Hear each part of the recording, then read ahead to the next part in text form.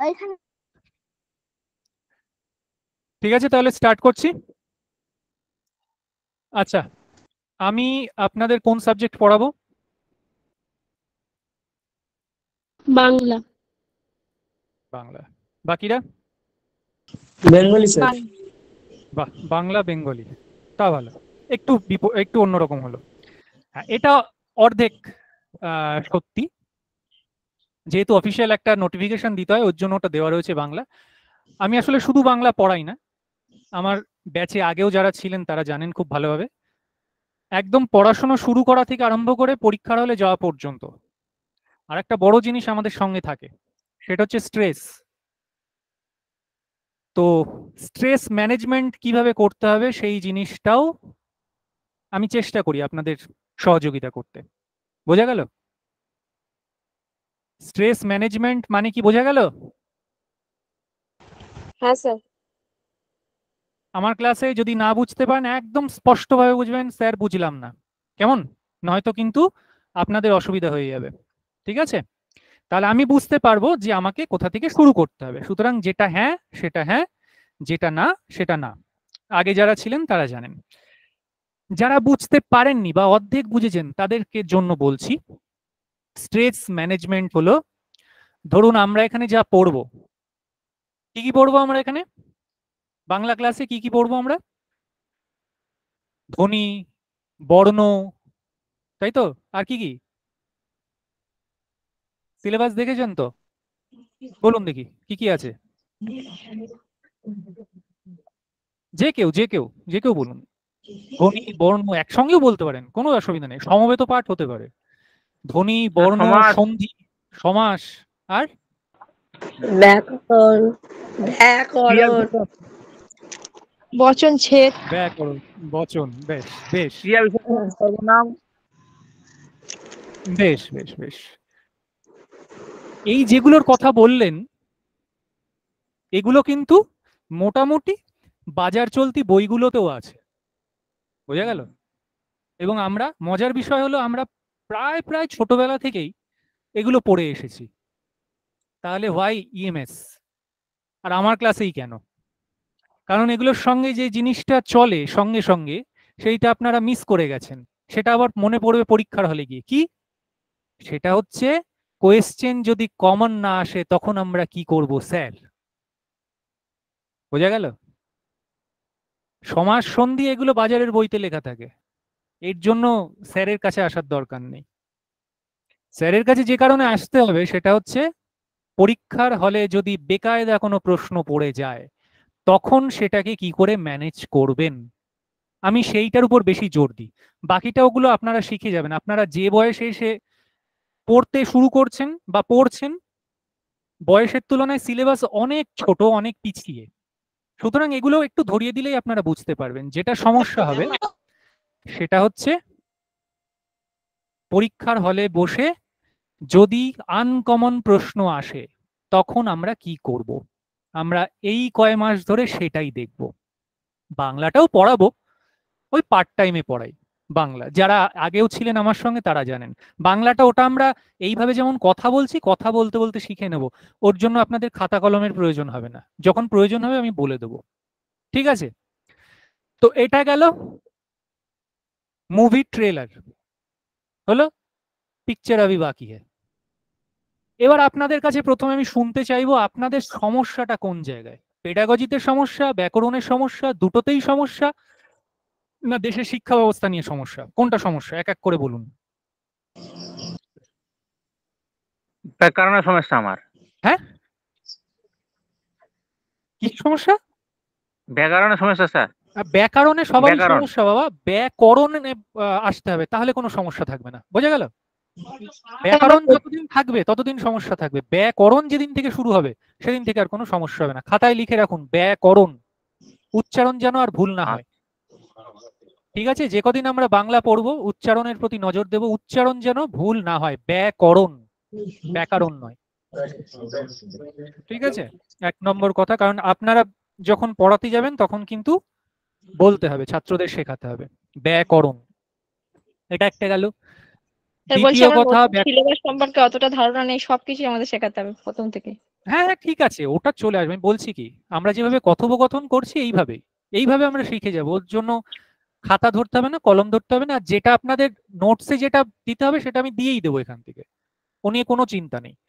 যেটা নিয়ে চিন্তা করতে হবে সেটা হচ্ছে তিনটে জিনিস। আচ্ছা আমাকে কেউ একটু মনে করিয়ে দেবেন, হ্যাঁ আমি ভুলে যাই খুব। তিনটে সূত্র আছে, ওই তিনটে সূত্র জানা থাকলে আপনারা যে কোনো ধরনের সাবজেক্ট ক্র্যাক করতে পারবেন, যে কোনো পরীক্ষা। ওটা আমি ক্লাসের শেষে বলবো, ঠিক আছে? বা আমার যদি মনে না থাকে আপনারা কেউ মনে করিয়ে দেবেন, স্যার ওই তিনটে সূত্রর কথা বলবেন। ওকে? ওই যেমন রাস্তায় যখন সাপ খেলা দেখানো হয় দেখবেন সবচেয়ে বিষাক্ত সাপটা খেলা দেখানো শেষে দেখায়, তো আমারও এইটা, যেটা মূল সূত্র তিনটে, ওটা আমি খেলার শেষে দেখাবো, খেলার শেষে বলবো আপনাদের সামনে। আপাতত সিলেবাসে আসা যাক। সিলেবাসটা মোটামুটি কি, আমরা আমাদের একটা ধারণা আছে, ধারণাটা একটু পরিষ্কার করে দিই। দেখুন, আপনারা যে কারণে লাকি সেটা হচ্ছে এই যে সিলেবাসটা, ল্যাঙ্গুয়েজের যে সিলেবাস, এই সিলেবাস আপনাদের তিনজন মাস্টার মশাই পড়াচ্ছেন, বা তিনজন স্যার পড়াচ্ছেন, বা তিনজন দাদা পড়াচ্ছেন, যাই বলুন, বা হুএভার ইজ। কিভাবে? আমরা এখানে যেটা পড়ছি পেডাগজি, তো pedagogy of language teaching or Bangla language, যাই বলি না কেন। এখন এই যে পেডাগজি যেটা পড়াচ্ছি, এটা আমি বাংলাতে যা পড়াবো সেই একই জিনিস কিন্তু ইংরেজিতেও আপনারা পড়বেন। বোঝা গেল? তার মানে আমি পড়াচ্ছি বাংলায়, আর একজন পড়াচ্ছি ইংরেজিতে। আবার আপনাদের যেটা সিডিপি রয়েছে,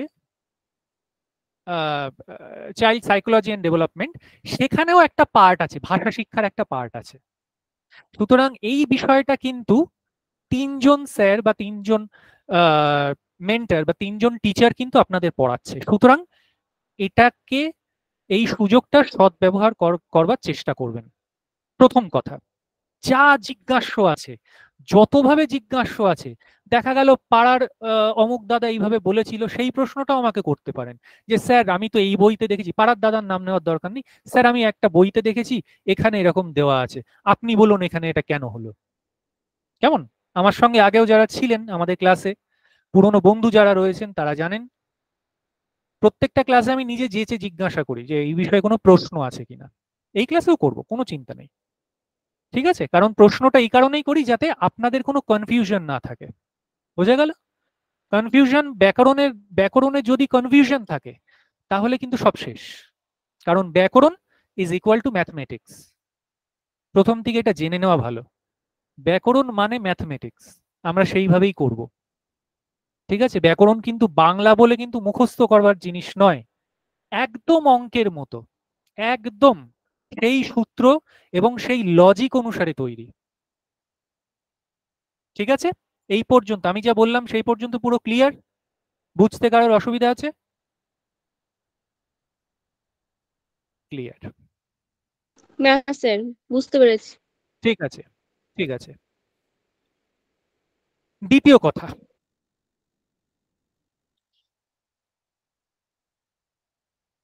পেডাগজি পড়ার সময় প্রথমেই আমাদের জেনে নিতে হবে যে আমরা যে বিষয়টা পড়ছি সেটা কিন্তু সাইকোলজির বিষয়। এটা আমরা কম বেশি সবাই জানি, সাইকোলজির বিষয়। এবং সাইকোলজির বিষয়ের প্রধান এবং প্রাথমিক যে ফ্যাক্টর, সেটা কি? সাইকোলজি মানে কি? বাংলা কে বলবে সাইকোলজির বাংলা? মনোবিদ্যা।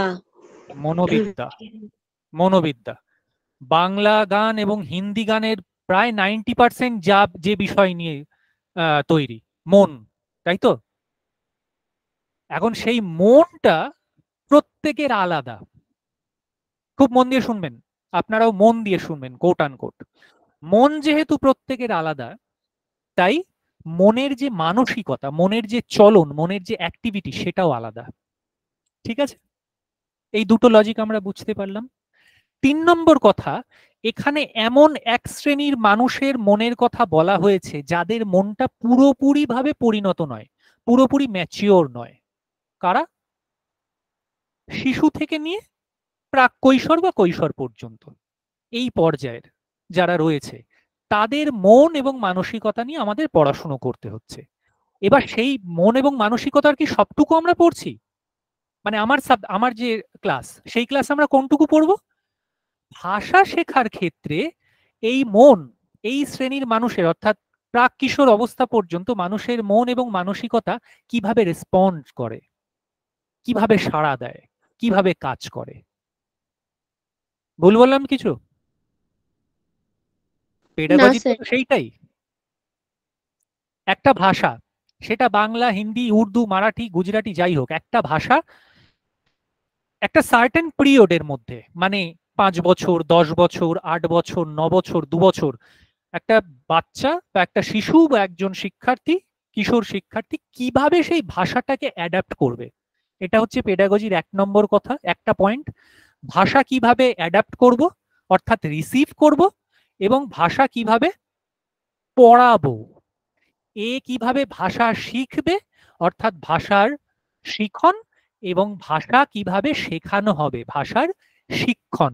এই নিয়ে হলো PLD, pedagogy of language and development, বা ল্যাঙ্গুয়েজ লার্নিং, বা ল্যাঙ্গুয়েজ সিস্টেম, ল্যাঙ্গুয়েজ যা কিছু বলি না কেন। এই হচ্ছে আপনার সাবজেক্টের টপিকের বেস কনসেপ্ট। বুঝতে কারোর অসুবিধা হচ্ছে? আজকের এই কনসেপ্টটাকে লিখে রাখুন প্রয়োজন হলে। মানে আপনাদের স্মৃতিশক্তি যদি আমার মতো ভোলাটাইল না হয় তাহলে লেখার দরকার নেই, যদি আমার মতো ভোলাটাইল হয় তাহলে লিখে রাখুন।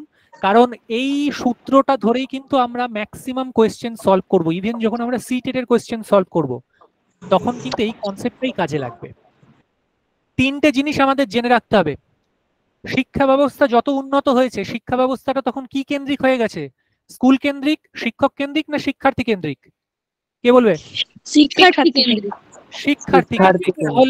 তাহলে আমাদের যদি প্রশ্ন 4টে যদি অপশন, আচ্ছা প্রশ্নের কথাটা আমি পরে আসছি। তাহলে আমাদের সবসময়ের জন্য আমাদের যে অ্যাপ্রোচ সেটা কি থাকবে? প্রশ্নের মধ্যে দেখতে হবে যে কোন উত্তরটা শিক্ষার্থীর জন্য বেশি বেনিফিশিয়ারি, কোন উত্তরটা চুজ করলে শিক্ষার্থীর পক্ষে বেশি লাভজনক হবে, সেই উত্তরটা আমরা চুজ করব। বোঝা গেল? এইবার আসছি আমরা মাল্টিপল চয়েসে। এটা এখানে ট্যাগ করে রাখলাম, দাঁড়ান দেখি। এটা এখানে ট্যাগ করা থাকলো। কি বললাম আমরা এখানে? PLDর অ্যান্সার, ANS।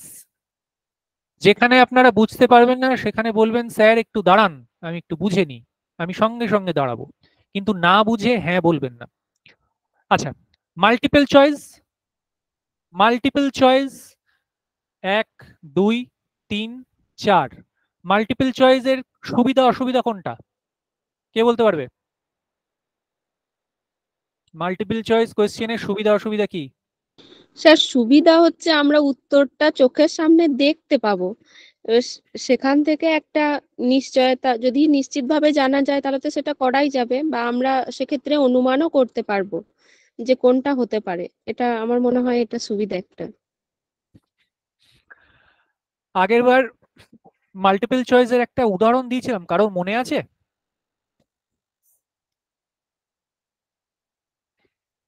ওই সম্বন্ধ দেখতে যাওয়া নিয়ে একটা উদাহরণ দিয়েছিলাম, কারোর মনে আছে? ঠিক আছে, মনে না থাকাটাই ভালো, তাহলে আমরা নতুন করে শিখতে পারবো। প্রতি বছরই নতুন করে শিখবো, কোনো চিন্তা নেই। মাল্টিপল চয়েসের যে প্যাটার্ন, সেই প্যাটার্নটা কি একটু ভালো করে দেখে নিন। সাধারণত 4টের মধ্যে একটা সঠিক হয়, তাই তো? 4টের মধ্যে একটা সঠিক হয়, কিন্তু সেটাকে কিন্তু মাল্টিপল চয়েস বলা যাবে না, সেটাকে বলতে হবে মাল্টিপল অপশন। কি বললাম বুঝলেন? সেটা মাল্টিপল অপশন। মাল্টিপল চয়েস মানে কিন্তু এক্স্যাক্টলি মাল্টিপল চয়েস বলতে যেটা বোঝায় সেটা হচ্ছে 4টেই কি হবে? ঠিক চারটেই সঠিক, তার মধ্যে আমি কোনটা প্রেফার করব। বোঝা গেল? তো গতবার যে উদাহরণটা দিয়েছিলাম, ধরুন ছেলের বাড়ি থেকে সম্বন্ধ এসছে মেয়ের বাড়িতে। কিসের? একজন প্রফেসর, বিশ্ববিদ্যালয়ের প্রফেসর, একজন ডাক্তার, না, একজন প্রফেসর, একজন সরকারি অফিসের কেরানি, একজন মোটামুটি গ্রুপ ডির, কেরানিটাও গ্রুপ ডি, আর একজন ধরুন কন্ট্রাকচুয়াল কাজ করে প্রাইভেট কোম্পানিতে, প্রাইভেট কোম্পানি, আর একজনের 2-3টে টোটো আছে, টোটো চালায়। তা এখন মেয়ের বাড়ি থেকে কোনটাকে চুজ করবে, কোন সম্বন্ধটা চুজ করবে? প্রফেসর। বাহ, তার মানে অপশন এ সঠিক উত্তর, তাই তো? রাইট। আবার সম্বন্ধ আসছে, একজন প্রফেসর, একজন ডাক্তার, একজন সায়েন্টিস্ট, একজন বড় বিজনেসম্যান, প্রায় মুকেশ আম্বানির মতো বিজনেসম্যান, কোনটাকে চয়েস করবে? বিজনেসম্যান। বাকিগুলো কি দোষ করলো?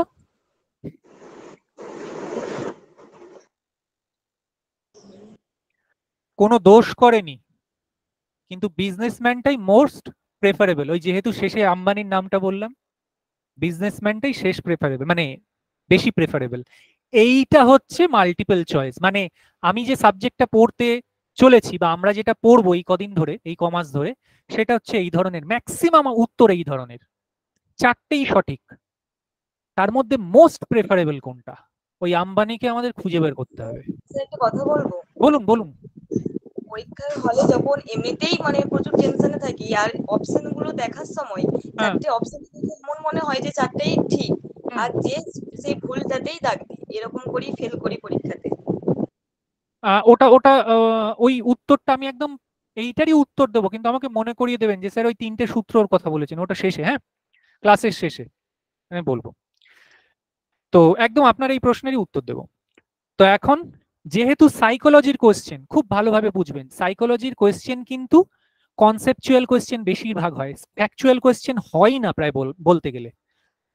আমার সৌভাগ্য এবং আমার ছাত্রছাত্রী বলবো না, আমি যাদের সঙ্গে আমার জানাগুলো ভাগ করে নিই, আমার শিক্ষাটাকে ভাগ করে নিই, তাদের সৌভাগ্য যে বছর 2-3 ধরে বাংলার কোয়েশ্চেনটা ঠিকঠাক আসছে, অসুবিধা হচ্ছে না। এবং আমরা ক্লাসে মোটামুটি যে কোয়েশ্চেন গুলো পড়িয়েছি, প্রায় প্রায় 2-3টে কোয়েশ্চেন সেরকমই চলে এসেছে, যারা ক্লাস করেছেন আগে তারা জানেন, প্রায় প্রায় সেরকমই এসেছে। তো এটা আমাদের সৌভাগ্য, উভয়েরই সৌভাগ্য।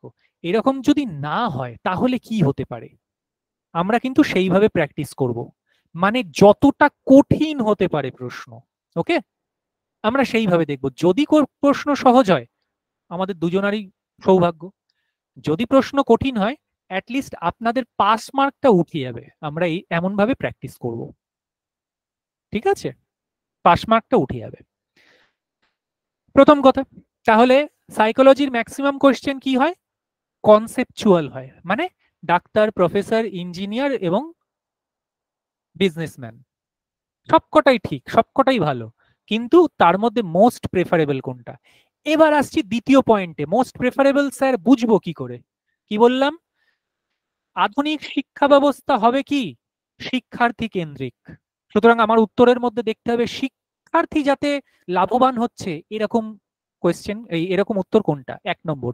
2 নম্বর, শিক্ষকের অ্যাপ্রোচ সবসময় হবে পজিটিভ, মানে প্রশ্নের উত্তরের মধ্যে পজিটিভ অ্যাপ্রোচ কোন প্রশ্নের উত্তরে রয়েছে, 2 নম্বর। 3 নম্বর, প্রশ্নের উত্তরে এমন ভাবে সমাধান আমাদের করতে হবে যাতে শিক্ষার্থীর প্রতি কোনো ধরনের মানসিক চাপ না পড়ে। মানে অনেক সময় থাকে না, ক্লাসে একটি ছাত্র কোনো মতেই কথা শুনছেন না, আপনি কি করবেন? ডান কান ধরে টানবেন, বাঁ কান ধরে টানবেন, চুলের মুঠি ধরে ঝাঁকিয়ে দেবেন, নাকি বাবা মাকে ডাকবেন? এরকম থাকে না অপশন? এই ধরনের যে অপশন গুলো আছে এগুলোকে আমাদের অ্যাভয়েড করতে হবে প্রথম থেকে, শিক্ষক জীবনেও করতে হবে, পরীক্ষার খাতাতেও করতে হবে। বোঝা গেল? এই 3-4 রকমের প্রশ্নোত্তর যদি আমরা প্রথম থেকে অভ্যাস করি তাহলে কিন্তু পরীক্ষার খাতায় গিয়ে আমাদের ভুলটা হওয়ার চান্স কমে যাবে। যেটা প্রতি বছর আমি বলি, আপনি যদি ব্যাকরণে শূন্য দেখা গেল, আপনি শূন্য, আপনার ব্যাকরণের যে বোধ সেটা শূন্য, তাহলে আমি এটুকু গ্যারান্টি দিতে পারি যে আমাদের সঙ্গে ক্লাস করবার পর 6 মাস পরে বা 3 মাস বা 4 মাস যে কদিনে ক্লাসটা হবে, তারপরে যদি শূন্য থাকে অন্তত 30 to 35% হয়ে যাবে। যদি আপনি যদি সহযোগিতা করেন তাহলে 50 পর্যন্ত টানতে পারবো শূন্য থেকে। নয়তো মিনিমাম আমি যদি নিজের এফর্ট দিই তাহলে 30 পর্যন্ত টেনে দিতে পারবো শূন্য যদি থাকে। তারপর আপনি 30% আপনি করে নিতে পারবেন ক্লাস করার পর। আর যদি আপনার মোটামুটি 50% থাকে তাহলে সেটাকে আমি 80%-এ নিয়ে যেতে পারবো যদি 50% থাকে। ওকে, এই গেল পরীক্ষা কিভাবে দেবেন, কি ধরনের কোয়েশ্চেন আসছে সেটার একটা একটা ধারণা। এটা হচ্ছে পিএলডির কথা বললাম। পিএলডির কোয়েশ্চেন অ্যান্সার করতে গেলে কি কি দিকে লক্ষ্য রাখতে হবে। এবার আসি গ্রামারে। গ্রামারে যে কথাটা প্রথমেই আপনাদের বলে দেওয়ার সেটা হচ্ছে গ্রামার কিন্তু আমরা খাতা কলম নিয়ে ওইভাবে হেনা তেনা করে মুখস্থ করে তারপর অনেক কিছু লেখালেখি করে কিন্তু আমরা শিখবো না। আমরা গ্রামার কিভাবে শিখবো? দেখে। কারণ আমাদের সময় অত থাকবে না, আমাদের হাতে কিন্তু সময় খুব কম। আপনারা কিন্তু শুধু বাংলা পরীক্ষা দিতে যাচ্ছেন না, আপনাদের মোট 5খানা পেপার দিতে হচ্ছে, মানে সেকশন, তার মধ্যে একটা বাংলা, 30টা প্রশ্ন। ঠিক আছে, সুতরাং ওখানে যদি আমরা গ্রামার নিয়ে ভাবতে বসি তাহলে হয়ে গেল। তাই যে সময়টা আপনারা গ্রামারে দেবেন সেটা ম্যাথমেটিক্সে বা এনভায়রনমেন্টাল সায়েন্সে বা অন্য কোনো সাবজেক্টে যেটা আপনার কাছে আছে সেই জিনিসটা সেই জায়গায় দিলে সেটা খানিকটা ইমপ্রুভ হবে। বাংলায় তাহলে কি হবে? বাংলায় আমরা এমন ভাবে পড়ার চেষ্টা করব যাতে আমরা দেখে শিখতে পারি, দেখে শিখতে পারি। রাইট? দেখে কি করে শেখে সেটাও আমরা বলছি। আর কি, আর ওই প্রথমে যে টপিকগুলোর নাম বললাম সেই টপিকগুলোর মধ্যে প্রথমেই আপনাদের জেনে নিতে হবে পড়ার মধ্যে আমরা যেটা পড়বো সেটা হচ্ছে শব্দ ধ্বনি যেগুলো রয়েছে, যেগুলো আমাদের ধ্বনিতত্ত্বের মধ্যে যেগুলো পড়ে সেগুলো পড়বো। এর মধ্যে কিছু আছে যেমন সন্ধি, সমাস, কারক। সন্ধি, সমাস, কারক, সন্ধি, সমাস, কারক, ধ্বনি, এই চারটে আপনারা লিখে রাখতে পারেন। এই চারটে বোঝানোর ব্যাপার আছে। বাকি যেগুলো আছে বচন, লিঙ্গ পরিবর্তন, এক কথায় প্রকাশ, সেগুলো আপনাদের আমি রেডিমেড নোটস দিয়ে দেবো, প্রথমেই দিয়ে দেবো, ওগুলো আপনারা মুখস্থ করে নেবেন। ওগুলোতে বোঝানোর বা বোঝার কিছু নেই, ওগুলো মুখস্থ করে নেবেন, কেমন? আর যেগুলো বোঝানোর আছে এবং বোঝার আছে সেটা হচ্ছে এই চারটে। ঠিক আছে, এবার আমার পড়ানোর পদ্ধতিটা একটুখানি আপনাদের বলে দিই।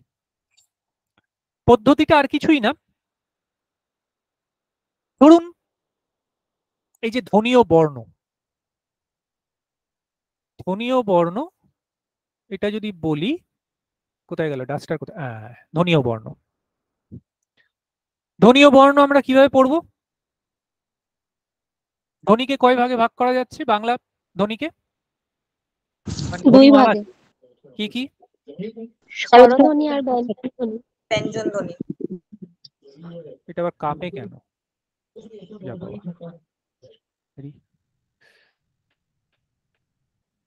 ইরেজার দিয়ে মুছে। স্বরধ্বনি এবং ব্যঞ্জন ধ্বনি, 1 2 3 4 5 বলেছি না? ব্যাকরণ একদম অঙ্কের মতো। স্বরধ্বনি এবং ব্যঞ্জন ধ্বনি। আর বর্ণ? বর্ণ দুই প্রকার, স্বরবর্ণ, ব্যঞ্জন বর্ণ। কি কি? স্বরবর্ণ, ব্যঞ্জন। স্বরবর্ণ, ব্যঞ্জন বর্ণ। আচ্ছা, এই যে স্বরধ্বনি ব্যঞ্জন ধ্বনি কাকে বলে? স্বরধ্বনি কাকে বলে? যে সমস্ত ধ্বনি নিজে নিজেই উচ্চারিত হতে পারে, মানে অন্য কারোর সাহায্য লাগে না, সেই সমস্ত ধ্বনিকেই তো স্বরধ্বনি বলে। যেমন অ, আ। আচ্ছা, আমাদের এখানে মোটামুটি জনসংখ্যা, মানে আমাদের এই বুথে ভোটার আছে 39 জন, আমাকে বাদ দিয়ে 38 জন ভোটার আমাদের এই ওয়ার্ডে। তার মধ্যে 3 জন ভোটার শুধু অ্যাক্টিভ, বাকিরা তাহলে অ্যাক্টিভ নয় কেন? মানে আপনারা তিনজন কি বাকিদের প্রতিনিধি নাকি? ওনাদের হয়ে আপনারা বলছেন? তাহলে কোনো অসুবিধা নেই। হ্যাঁ, জননেতা? কাউকে তো চিনিই না, বলবো কি করে অন্যের হয়ে? না না, চেনার দরকার নেই। আচ্ছা দাঁড়ান দেখি, আমি খুঁজে খুঁজে বের করি তাকে বলা যায়। আচ্ছা, আমি আপনাদের জিজ্ঞাসা করছি বলে কিন্তু লেফট করবেন না যেন। না বলতে পারলে কোনো অসুবিধা নেই, লেফট করবেন না, তাহলে আপনাদের ক্ষতি হবে। অর্ধেন্দু মিস্ত্রি আছেন? হ্যাঁ স্যার। চলে আসুন, একদম মুখোমুখি চলে আসুন, দেখি দুহাত নেওয়া যাক। মুখোমুখি চলে আসুন, বলুন তো স্বরধ্বনি কাকে বলে?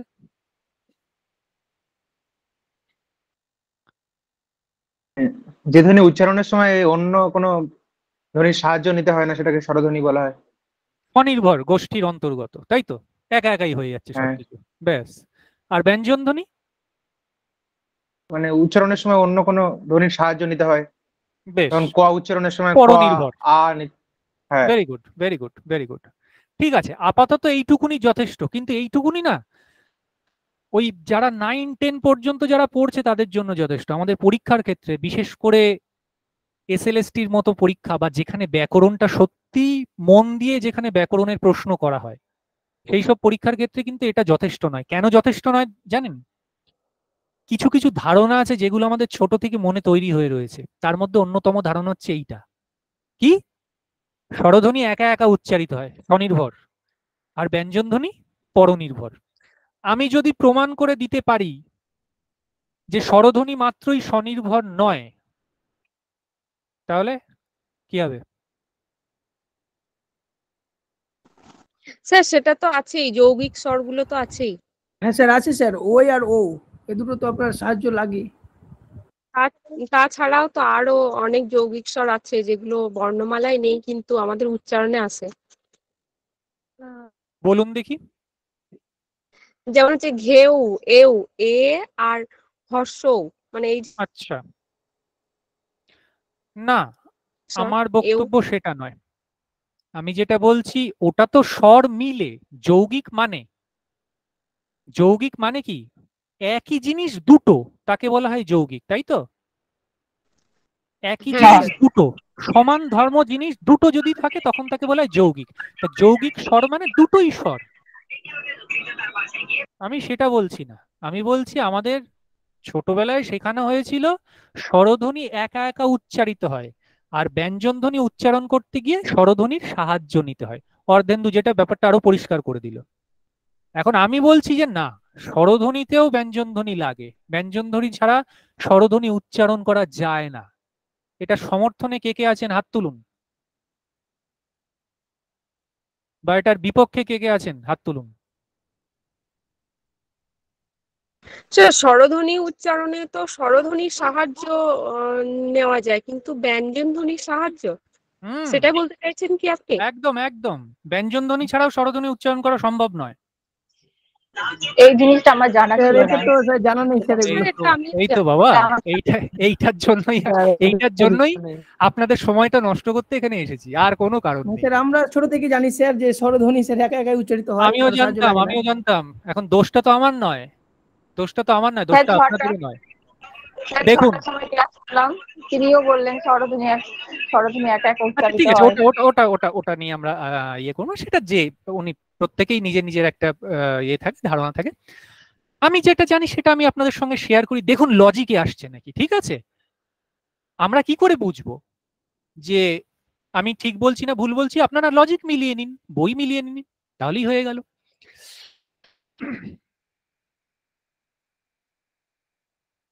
এটা উচ্চারণ করুন তো। রি, রি রি, আর উচ্চারণটা লিখুন তো। র প্লাস রস্বই। একটা প্রমাণ হলো, হলো। ব্যঞ্জনধ্বনির সাহায্য লাগে? হ্যাঁ স্যার। স্যার কোনটা বললেন আমি কিছু বুঝতে পারলাম না। দাঁড়ান, আমি এখানে তাহলে লিখছি, স্যার এখানে আপনার বলেও যাবে। কয় তো স্যার, ক যদি আমি করি তাহলে তো কয়ের সাথে অ লেগে আছে, তাহলে স্যার ওটাও তো। স্যার এটা দেখুন, দাঁড়ান দাঁড়ান দাঁড়ান দাঁড়ান, একটুখানি দাঁড়ান। আমি এটাকে পরিষ্কার করে নিই। এবার দেখুন এখানে দেখা যাচ্ছে নাকি, দেখা যাচ্ছে এটা? হ্যাঁ স্যার দেখা দেখা যাচ্ছে। স্যার বলছিলাম ঋ তো স্বরধ্বনি হবে না, স্বরবর্ণ হবে। হ্যাঁ স্যার আমিও ওটাই বলতে চাইছি যে স্বরধ্বনির ক্ষেত্রে তো রি লি এর উল্লেখ থাকে না। আসছি আসছি আসছি আসছি আসছি। স্যার আমার এর কাছে যে উচ্চারণ কি? এর উচ্চারণ কি? স্যার বলছি যে 1 2 3 4 5 লেখা আছে, ওখানে ওই জায়গাটায় আমার কাছে স্ক্রিনটা আছে, আর দেখতে পাচ্ছি না কি কিছু লিখছেন আপনি, সেটা আমি দেখতে পাচ্ছি এটা না। দেখা যাচ্ছে? আমি যেটা দেখাচ্ছি এটা দেখা যাচ্ছে? হ্যাঁ ওয়ান হ্যাঁ টু স্যার থ্রি দেখা যাচ্ছে। ফোরটা 1 2 3 4টাই যে মুছে দিলাম আমি, ঠিক আছে? এবার দেখুন দেখা যাচ্ছে নাকি পরিষ্কার? 1 2 3 4 মোছা আসেনি আমার কাছে, একটু লেখা আছে। রিফ্রেশ করে নিন, দেখুন স্যার দেখা যাচ্ছে। ঠিক আছে। এটার ব্যবহার নেই, যদিও যদি থাকতো, এখন আর নেই, যদি থাকতো উচ্চারণ কি হতো? র যোগ হস্র ই।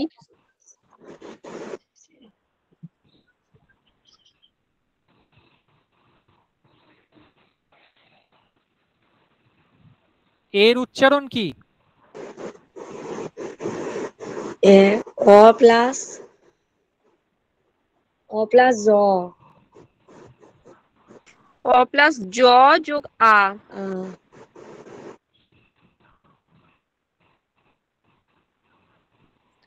লি এর ব্যবহার বর্ণমালায় নেই, বাংলা বর্ণমালায় বর্তমানে নেই, এক সময় ছিল, মানে আমরা যখন লিতে লিচু পড়েছিলাম তখন ছিল, এখন আর পড়ানো হয় না। কিন্তু রিটা তো রয়েছে, রিটা তো রয়েছে, এ তো রয়েইছে। এইরকম তিনখানা রয়েছে ধ্বনি, আমি ওটা আসছি, কেন এগুলোকে বর্ণ এবং ধ্বনি কেন বলছি সেটা বলছি। এরকম তিনখানা রয়েছে ধ্বনি স্বরের মধ্যে, স্বর মানে মালার মধ্যে, স্বরধ্বনির মধ্যেই তিনখানা ধ্বনি এমন রয়েছে যেগুলো একা একা উচ্চারিত হতে পারে না, তাদেরকে অবশ্যই ব্যঞ্জন ধ্বনির সাহায্য নিতে হয়। বোঝা গেল? বা ব্যঞ্জন বর্ণের সাহায্য নিতে হয়, ধ্বনি গঠন করার জন্য বর্ণের সাহায্য নিতে হয়। তাহলে প্রমাণ করতে পেরেছি যে স্বরধ্বনি, সব স্বরধ্বনি একা একা উচ্চারিত হয় না। দেখুন ভুল হ্যাঁ স্যার। হ্যাঁ স্যার। হ্যাঁ স্যার। এটা হচ্ছে কনসেপ্ট, এটা বামনদেব বা কালীপদ চৌধুরী বা কোনো গ্রামার বইতে এটা দেওয়া নেই, এটা কনসেপ্ট, এটাকে বলে কনসেপ্ট। হ্যাঁ স্যার ওটা নেই। ঠিক আছে, এটা কনসেপ্ট, কারণ ওই বইগুলোর ক্লাসের জন্য লেখা হয়, পরীক্ষার জন্য নয়। পরীক্ষার জন্য কনসেপ্ট দরকার, ক্লাসে মানে ক্লাসের বই দিয়ে কনসেপ্ট ক্লিয়ার হয় না, ওটা পাস করার জন্য লেখা, আর এটা বোঝানোর জন্য লেখা। ঠিক আছে, এইবার আসি ওই রি লি, এই দুটো যদি লি থাকতো তাহলে, তাহলেও লিকে পুরোপুরি ভাবে স্বর বলা যেত না, যেমন রিকেও বলা হয় না, রিকে বলা হয় অর্ধস্বর, রিকে বলা হয় অর্ধস্বর। অর্ধ কেন? কারণ রি ব্যঞ্জন বর্ণ বা ব্যঞ্জন ধ্বনিমালার মধ্যে রয়েছে, অথচ উচ্চারণটা এই স্বরধ্বনিমালার মধ্যে রয়েছে, অথচ উচ্চারণটা পুরোপুরি স্বরধ্বনি নেই। ইভেন বলা যেতে পারে রি এর কোনো নিজস্ব ধ্বনিই নেই, কারণ এক পাশে রয়েছে হ্রস্ব ই, এক পাশে রয়েছে র। ওকে, এই জন্য একে অর্ধস্বর বলে। আর ওই যে দেখছেন যেটা, ওটা কিন্তু এতটা হালকা নয়, যাকে আমরা বলছি, এটা কিন্তু এতটা হালকা নয়, কারণ এটা রীতিমতো আমাদের স্বরধ্বনিতে রয়েছে, শুধু স্বরধ্বনি নয়, মৌলিক স্বরধ্বনি, মৌলিক স্বরধ্বনিতে রয়েছে। এবং মৌলিক স্বরধ্বনির মতো এরকম একটা গুরুত্বপূর্ণ স্বরও কিন্তু উচ্চারণ করার সময় ব্যঞ্জন ধ্বনির সাহায্য নিতে হচ্ছে বা ব্যঞ্জন বর্ণের সাহায্য নিতে হচ্ছে। বোঝা গেল? এই তিনটে প্রয়োজনে আপনারা নোট করে নিতে হ্যাঁ স্যার। পারেন। ঠিক আছে, কোনো জায়গায় যদি আপনারা ডেমো দিতে যান, কোনো প্রাইভেট স্কুলে হোক বা কোনো জায়গায়, এবং ডেমোর সময় সাধারণত খুব অল্প থাকে, মোটামুটি 5 মিনিটের ডেমো থাকে, চট করে যদি ইন্টারভিউ বোর্ডে যারা এক্সপার্ট থাকবে তাদেরকে যদি ইমপ্রেস করতে হয়, এই ধরনের কনসেপ্ট গুলো খুব কাজে লাগে। আপনারা চাইলে এটা লিখেও নিতে পারেন। ঠিক আছে, এটা তাহলে মুছে দিলাম আমি।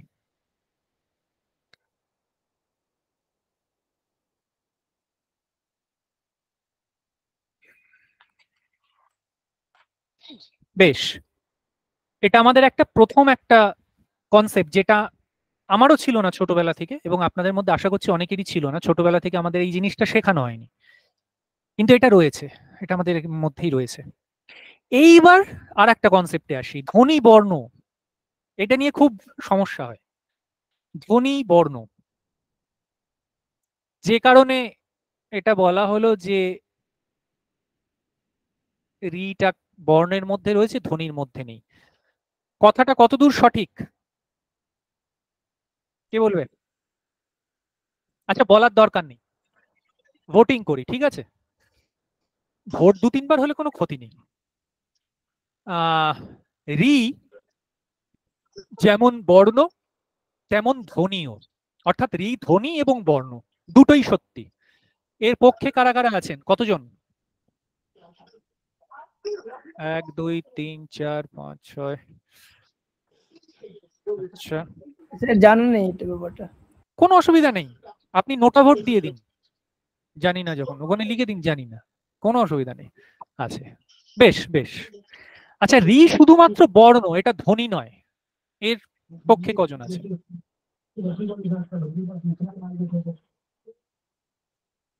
একই লোক আবার দুটোতে ভোট দেবেন না যেন, তাহলে সমস্যা হয়ে যাবে, ইভিএম মেশিন গন্ডগোল করবে। ঠিক আছে, ওকে ওকে, জানি না, বেশ বেশ। ধ্বনি কাকে বলে, বর্ণ কাকে বলে? একজন একজন করে বলুন, যারা যারা হাত তুলেছেন। রিঙ্কু মন্ডল প্রথমে বলুন, ধ্বনি কাকে বলবো, বর্ণ কাকে বলবো?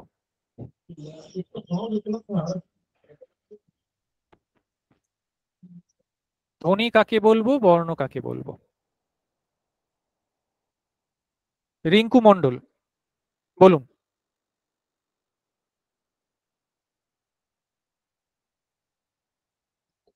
কৌশিক দাস বলুন, ধ্বনি কাকে বলে, বর্ণ কাকে বলে?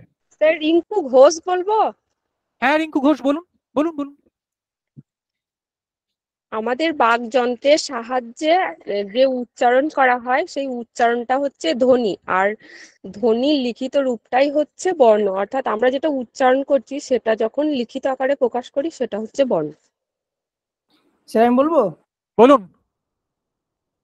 বাকযন্ত্রের সাহায্যে উচ্চারিত অর্থপূর্ণ আওয়াজটা হচ্ছে ধ্বনি, আর ধ্বনির লিখিত রূপটাই বর্ণ।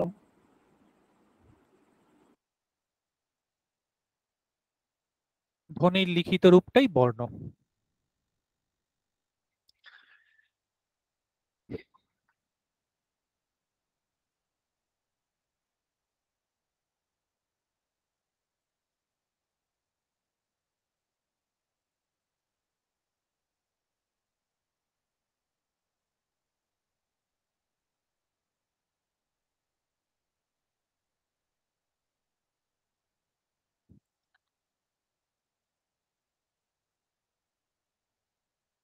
এগুলো কি? বর্ণ। বর্ণ বর্ণ আর এগুলোকে যখন আমি উচ্চারণ করছি ধ্বনি। তাহলে ধ্বনি। যদি উল্টে দিই, যে কটা বর্ণ সে কটাই ধ্বনি, ঠিক না বেঠিক? ঠিক। ঠিক স্যার। কনসেপ্ট ক্লিয়ার হলো? ঠিক। লিখিত কোনো কিছু হ্যাঁ, যদি স্যার। আমরা উচ্চারণ করতে পারি তাহলে সেটাই হবে ধ্বনি, সেটা ব্যাকরণে থাক বা না থাক। যদি সেটাকে আমরা উচ্চারণ করতে পারি, এবার সেটা ধ্বনিটা অ্যাপ্রোপ্রিয়েট হচ্ছে কিনা সেটা আলাদা কথা।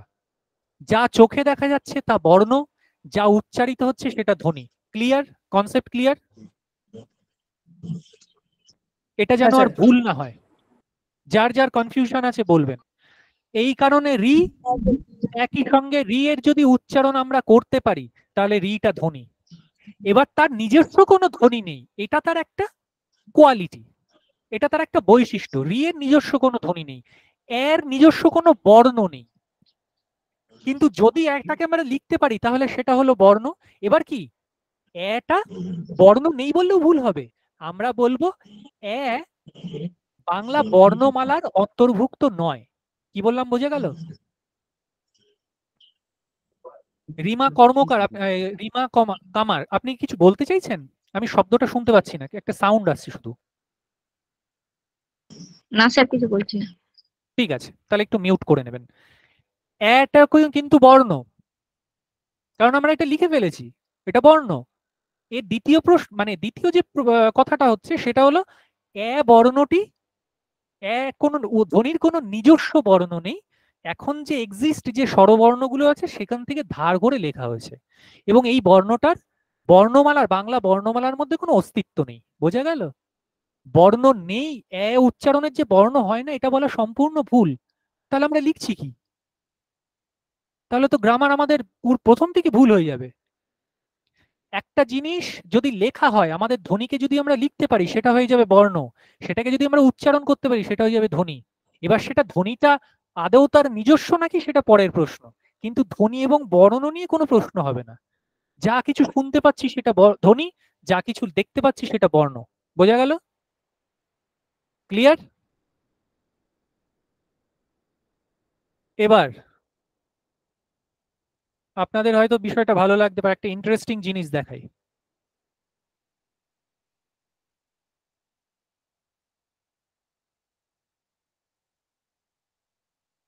এর মধ্যে কোন কোন বর্ণ আছে, কটি বর্ণ আছে এবং কটি ধ্বনি আছে? 3টি বর্ণ আছে। বর্ণ বর্ণ 2টি আছে। 4টি বর্ণ আছে, 4টি বর্ণ। স্যার 4টি বর্ণ আছে। বাপরে, এ তো পুরো একদম সেই মানে সরকার এবং বিপক্ষ, মানে এ তো পুরো ইয়ে রয়েছে, পুরো পার্লামেন্ট দেখছি। প্রত্যেক পদেই সরকার পক্ষ এবং বিপক্ষ, বিরোধী পক্ষ রয়েছে। যাক, খুব ভালো, ক্লাসটা ফ্রুটফুল হবে। আচ্ছা, 4টে বর্ণের পক্ষে কে কে আছেন বলুন?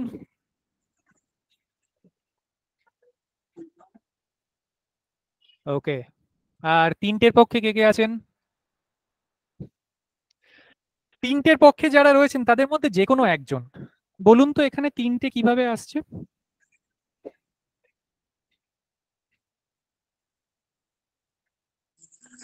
স্যার গো একটা, আর আকারটা আ, আর ছোটা স্যার। বেশ, সবাই শুনেছেন কি বললো? উনি কি স্যার। বলেছেন সবাই শুনতে পেয়েছেন? হ্যাঁ স্যার, পেয়েছি। বেশ, এবার যারা 4টে যারা বলছেন 4টের কে সমর্থন করছেন তারা, তাদের মধ্যে কেউ বলুন কেন 4টে? স্যার গ যোগ অ যোগ ছ যোগ অ, সরি গ যোগ আ, ছ যোগ অ। কেন? স্যার এখানে গোয়ে আকার আছে তো স্যার, আ আছে। আমি কেন কিন্তু অন্য দিক থেকে জিজ্ঞাসা করছি, আকার নিয়ে কারণ আমার স্যার কোনো এগুলো সব সমস্যা নেই। এগুলো সব আপনার ব্যঞ্জন বর্ণ, শেষের হ্যাঁ, ব্যঞ্জন বর্ণের সাথে স্বরবর্ণ লেগে আছে। আচ্ছা, কনসেপ্টটা আরেকটু ক্লিয়ার করি। যখনই বলবে বর্ণ বিশ্লেষণ করুন, যখনই বলবে বর্ণ বিশ্লেষণ করুন, যে পর্যন্ত শেষ বর্ণটা না চলে আসছে সেই পর্যন্ত আমরা বিশ্লেষণ করব। যে পর্যন্ত শেষ বর্ণটি না আসছে সেই পর্যন্ত আমরা বিশ্লেষণ করব। ভালো করে বোঝার চেষ্টা করুন। গ বর্ণ বিশ্লেষণের সময় অবশ্যই কিন্তু হসন্ত দেবেন, নইলে কিন্তু স্বর আলাদা করা যাবে না। আ, ছ, অ, 4টে বর্ণ আছে। বোঝা গেল? বর্ণ আছে 4টি। আমি কিন্তু আপনাদের ধ্বনি বিশ্লেষণের কথা বলিনি, আমি বর্ণ বিশ্লেষণের কথা বলেছি। বর্ণ বিশ্লেষণ করার সময় 6-এর থেকে আমাকে অ আলাদা করতেই হবে, নয়তো বিশ্লেষণ হবেই না। আমি যদি ধ্বনি বিশ্লেষণ করতে বলতাম, ধ্বনি বিশ্লেষণ কাকে বলে? যাকে আমরা বলি দল, অক্ষর। অক্ষর, এখানে অক্ষর কটা আছে?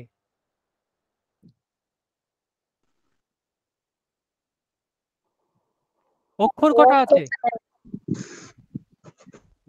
অক্ষর আছে গাছ একটি। তো একটাই শব্দ অক্ষর স্যার, আছে একটি, গাছ। দল একটা একটাই হবে। দল, গাছ। বোঝা গেল? যদি থাকতো গাছপাতা, কটা দল থাকতো? দুটো। দুটো। দুটো, গাছ আর পাতা। কারা কারা অক্ষর এবং দলের অক্ষর বা দলের পার্থক্য কারা কারা জানেন না, একটুখানি বলবেন। স্যার আমি জানি না। বেশ, কি করে স্যার আমি চিনবেন জানি কটি না। অক্ষর আছে বা দল দল কটি আছে, কি করে চিনবেন? ইংরেজিতে সিলেবল বলছে নাকি ওটাকে? হ্যাঁ হ্যাঁ হ্যাঁ, সিলেবেল। আচ্ছা জানি একবারে তাহলে। যতটা উচ্চারণ করা যায়। যতগুলো বলে দিচ্ছি, এক ঝুঁকে উচ্চারণ স্যার। যতগুলো স্বরবর্ণ আছে ততগুলো দল। কি বললাম? যতগুলো স্বরবর্ণ ততগুলো দল। গাছের মধ্যে স্বরবর্ণ কটা আছে? একটাও নেই। দুটো আছে। আচ্ছা ঠিক আছে, স্বরবর্ণ ঠিক আছে। স্বরধ্বনি, আমরা যেহেতু ফোনেটিক নিয়ে কথা বলছি, উচ্চারণ ধ্বনি, গাছে ধ্বনি কটা আছে? দুটো। কি কি? আর স্বরধ্বনি কটা আছে? একটা আছে তো, আছে তো, গাছ তো। আছে। এটাকে আছে সহজভাবে যদি আমরা চিনতে চান, এভাবেও করতে পারেন। যদি আপনারা এইভাবে বুঝতে যদি সুবিধা হয়, তাহলে এইভাবেও করতে পারেন। কটা ভাওয়েল আছে? একটা। একটা ভাওয়েল, তাহলে দলও একটা। এটা ছন্দের সময় এইভাবে পড়াশোনা পড়ে আর কি। দল হয় না, মুক্ত দল, রুদ্ধ দল, এইটা। হ্যাঁ স্যার। ঠিক আছে, এই যে দল শেষ হচ্ছে কনসোনেন্ট দিয়ে, দেখুন ছ ব্যঞ্জন বর্ণ, আর ইংলিশে এইচ, কনসোনেন্ট দিয়ে যে দল শেষ হচ্ছে তাকে বলা হয় বদ্ধ দল বা রুদ্ধ দল। আর এর জায়গায় যদি ভাওয়েল থাকতো বা স্বরবর্ণ থাকতো বা স্বরধ্বনি থাকতো, তখন তাকে কি বলা হতো? মুক্ত দল। বোঝা গেল? এইটাই হলো অক্ষর। তাহলে এই গাছের এখানে অক্ষর আছে কটি? অক্ষর একটি। ধ্বনি আছে কটি? তিনটি। চারটি। আবার ভুল হলো, যে কটা বর্ণ সে কটা ধ্বনি। বর্ণ ওই তো যে, চারটি হবে, কিন্তু যে কটা ধ্বনি বর্ণ সে কটাই ধ্বনি। স্যার শেষের অ এর উচ্চারণটা তো আসছে না, ওটা তো আমরা আসছে বর্ণ বিশ্লেষণ করতে গিয়ে আসছে করি। আসছে আসছে বর্ণ বিশ্লেষণ বলছি, ভালো করে বুঝুন। লিখিতটাকে বলা হয় বর্ণ, সেটাই যখন শুনছি সেটাকে বলা হয় ধ্বনি। ধ্বনি বিশ্লেষণ করলে আসে সব অক্ষর বা দল। ওই দল হচ্ছে একটি, ধ্বনি আছে চারটি, এবং বর্ণও আছে চারটি। এটা কখনো ভুল করবেন না। আমরা যে উচ্চারণটা করছি, এরপর আসছি উচ্চারণের কথা। যদি দেখেন পরীক্ষার খাতায় দুটো কন্ডিশন আছে যেখানে বর্ণ বিশ্লেষণ হবে না, কেউ বলতে পারবে কন্ডিশন দুটো কি? না স্যার। এটা কি লিখলাম?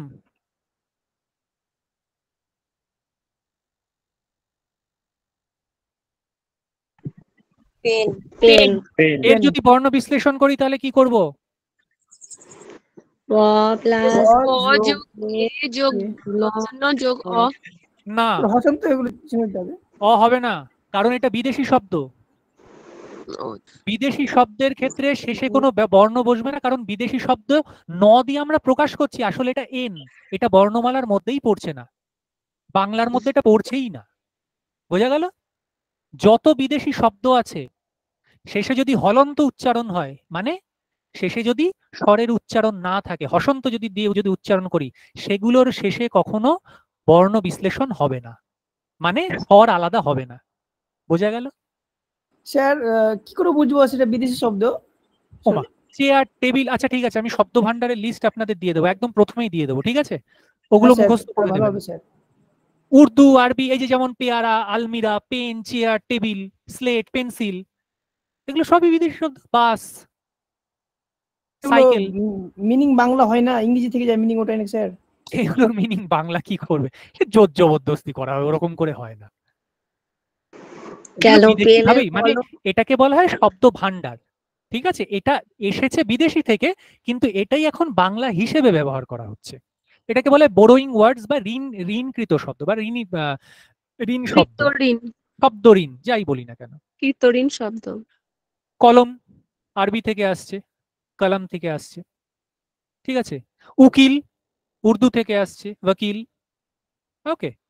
পেয়ারা পর্তুগিজ শব্দ। পর্তুগিজ। আলমিরা পর্তুগিজ শব্দ, পর্তুগিজ। আলমারি। ওকে। তো এই ধরনের শব্দ যখন থাকবে তখন বর্ণ বিশ্লেষণের সময় কি শেষে অটা। কেন? কারণ ব্যঞ্জন বর্ণের সঙ্গে আর কোনো বর্ণ যোগ থাক বা না থাক, অটা থাকেই। এবং এই কারণে অটা এমন ভাবে থাকে যে বর্ণের সঙ্গে আলাদাভাবে বোঝা যায় না, তাই তো। আর একটা কনসেপ্ট আপনাদের দিচ্ছি, যেটা আশা করি, মানে আমি তো শিখিনি ছোটবেলায়, আশা করি আপনারা আপনাদের মধ্যে হয়তো অনেকে শেখেননি। একমাত্র অবর্ণ এমন বর্ণ যার কোনো কার হয় না, অর্থাৎ বর্ণের সঙ্গে মিশে থাকলেও যাকে আলাদা করে বোঝা যায় না, রাইট? হ্যাঁ স্যার, অয়ের কোনো লিখিত কার রূপ নেই, নেই। কার নেই, লিখিত রূপ আছে, কার নেই। হ্যাঁ, অয়ের চিহ্নটা যেটা। হ্যাঁ, সংক্ষিপ্ত চিহ্ন বলা হয় ওটাকে, ঠিক আছে, কোনো কার নেই। ওকে। একমাত্র অয়ের এমন একটা স্বরবর্ণ যেটা ব্যঞ্জনের সঙ্গে মিশে থাকলে তার কোনো আলাদা রূপ বোঝা যায় না। এই কারণে অকে কি বলে, একটা সুন্দর নাম আছে, একে বলে নিহিত। নীলিন নিহিত। বর্ণ বা বিলীন বর্ণ। বোঝা গেল? অকে নীলিন বা বিলীন বলে, কারণ ব্যঞ্জনের সঙ্গে লীন হয়ে থাকে, ব্যঞ্জনের সঙ্গে এক হয়ে থাকে। ঠিক আছে। আচ্ছা বলুন তো দেখি আর একটা কনসেপ্ট দিই, ব্যঞ্জন বর্ণের উচ্চারণ কেমন হবে, কিসের উপর নির্ভর করে ব্যঞ্জন বর্ণের উচ্চারণ?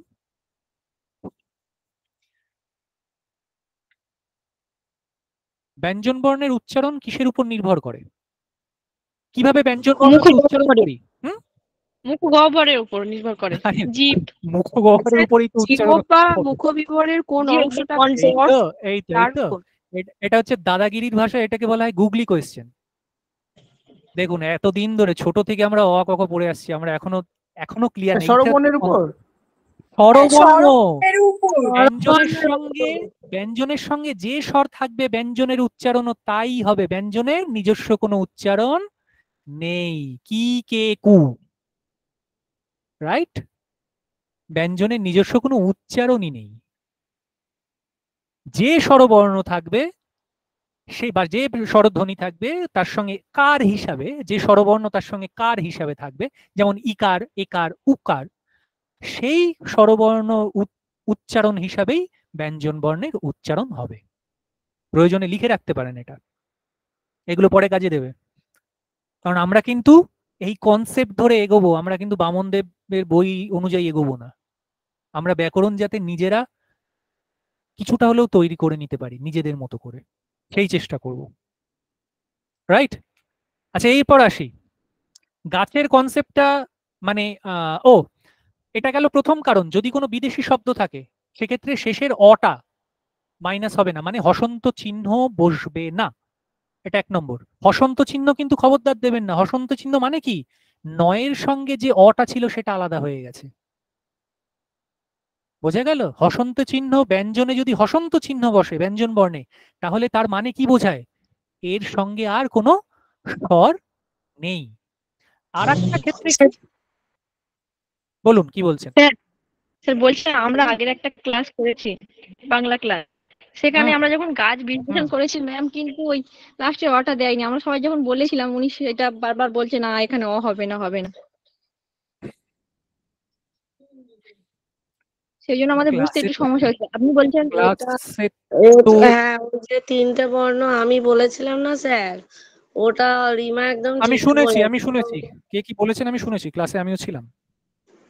তো যাই হোক, ওটা নিয়ে আমি কিন্তু স্যার বলছি কি যে এটা লেখার সময় কিন্তু এবং ধ্বনি আর বর্ণের সময় 4টে হবে, কিন্তু আমরা যখন উচ্চারণ করছি তখন কেউ গাছ হওয়া বলছি না, তখন গাছ বলছি।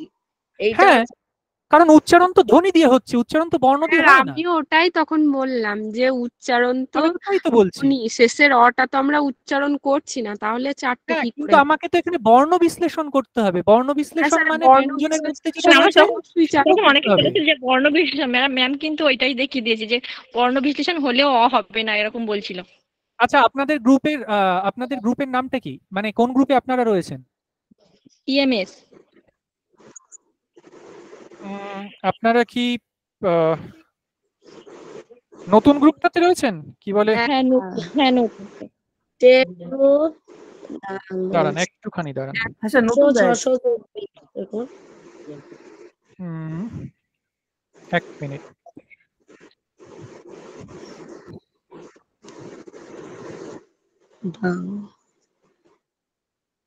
আমি যে কথাটা বললাম আসলে আপনাদের একটুখানি আমি শেয়ার করে দিতাম একটা জিনিস, মানে আপনারা ক্রস চেক করে নিচ্ছেন, এটা খুব ভালো জিনিস। তো আমি একটু আপনাকে শেয়ার করে আপনি আছেন তো অ্যাডমিন বেঙ্গলি টেট গ্রুপের, দেখুন ওখানে লেখা আছে বেঙ্গলি টেট গ্রুপ 100-624, ওইটার ওই মধ্যে নাম্বারটা আপনি রয়েছে বেঙ্গলি ট্রেড গ্রুপ 100-624, রাইট? 624, হ্যাঁ। ও আচ্ছা, এই নিন।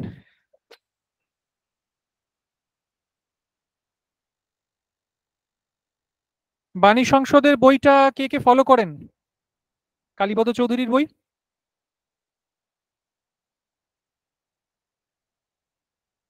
কেউ ফলো করেন? এনিওয়ে, যদি নাও করেন আমি রেফারেন্স দিয়ে দিলাম, ঠিক আছে? মানে আপনাদের কালীপদ চৌধুরীর বই দেখতে হবে না, কিন্তু আমি যেটা বলছি সেটা আমার মানে মন গড়া কোনো কথা নয়, সেটা খুব হিসেবের কথা, ঠিক আছে? আমি রেফারেন্স দিয়ে দিয়েছি, ওখানে দেখে নেবেন। তো এই কারণে আজকে জেনে শুনে এই টপিকটা আনলাম, যে আগে সবচেয়ে প্রথমে আগে আমাদের কনসেপ্টটা ক্লিয়ার করতে হবে যে আমাকে বর্ণ বিশ্লেষণ দিয়েছে না ধ্বনি বিশ্লেষণ দিয়েছে? বর্ণ বিশ্লেষণ দিয়েছে, রাইট? বর্ণ বিশ্লেষণ মানে কি? যে তোমাকে যে বর্ণগুলো এখানে দেওয়া হয়েছে তার সর্বশেষ বা অন্তিম অবিভাজ্য অংশ কোনটি সেই পর্যন্ত আমাদের যেতে হবে। পদার্থের সর্বশেষ অবিভাজ্য অংশ, এখানে বর্ণের সর্বশেষ অবিভাজ্য অংশ, তাকেই বলা হয় বর্ণ বিশ্লেষণ, তাই তো? ফিজিক্সে তো আমরা তাই পড়েছি। হ্যাঁ স্যার। পদার্থের সর্বশেষ অবিভাজ্য অংশ, তেমনি বর্ণের সর্বশেষ অবিভাজ্য অংশ, সেটা তো ছ থেকে অ কে আলাদা না করলে আসবে না। আসবে? না স্যার। আপনারা সামনের ক্লাসে আপনারা দরকার হলে আরো যাদেরকে আপনারা মোটামুটি বাংলা বোঝা বা শেখার ক্ষেত্রে মোটামুটি মেন্টর হিসেবে মনে করেন তাদের কাছ থেকেও জিজ্ঞাসা করতে পারেন, তাদের প্রশ্ন আমার কাছে নিয়ে আসতে পারেন, ঠিক আছে? ক্রস চেক করুন, কিন্তু কনসেপ্ট যেন ক্লিয়ার থাকে। এটা বোঝাতে পারলাম? আর ভুল হবে? না স্যার। না স্যার। এবারের প্রশ্নেও ছিল না একটা? এবারের প্রশ্নেও তো বর্ণ বিশ্লেষণ ছিল নাকি? আগের বার একটা ছিল তো?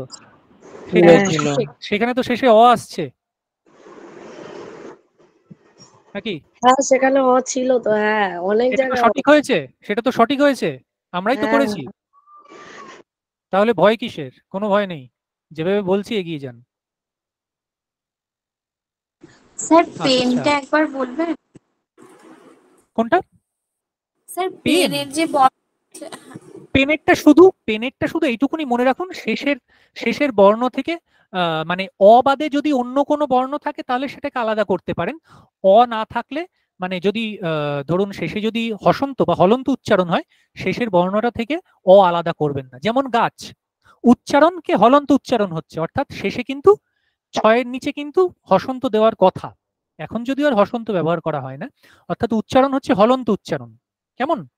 কিন্তু ছ যেহেতু বাংলা ভাষায় রয়েছে, আমরা উচ্চারণ করার সময় এটাকে হলন্ত উচ্চারণ করি, কিন্তু লেখার সময় কিন্তু হসন্ত দিই না,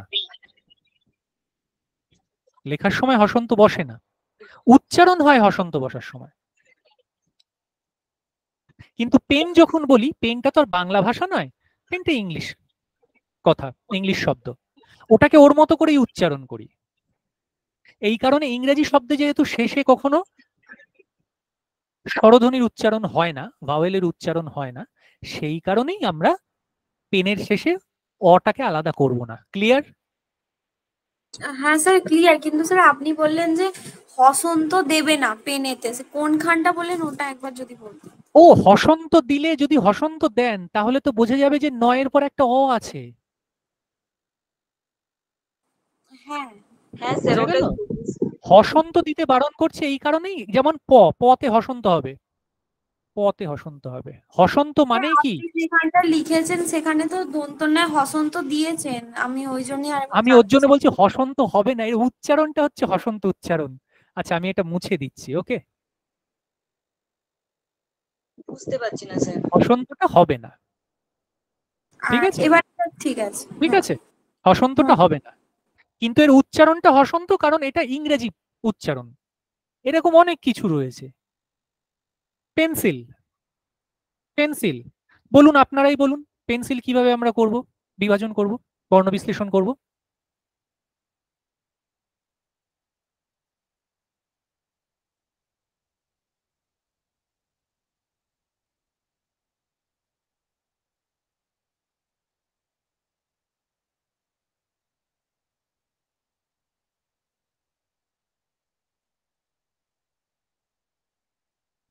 হ্যালো,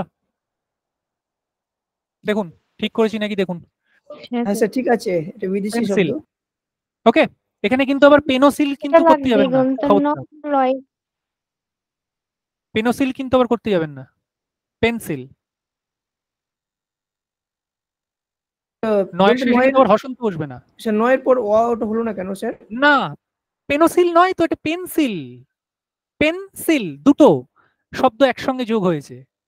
স্যার কিন্তু ওটা, স্যার ওটা যে অটা যেটা আমরা লিখি সেটা তো প্রত্যেকটা ব্যঞ্জন বর্ণের সঙ্গেই অটা যুক্ত থাকে, তারপর তাদের সেটা উচ্চারণটা আসে, আমরা সেই কারণে বাংলা আমরা লেখার সময় করি বাবা, সেটা বাংলা লেখার সময় করি, দেশি ভাষার ক্ষেত্রে করি, তৎসম শব্দের ক্ষেত্রে করি, বিদেশি ভাষার ক্ষেত্রে হবে না। বিদেশি ভাষার বর্ণ বিশ্লেষণ এটা নয়।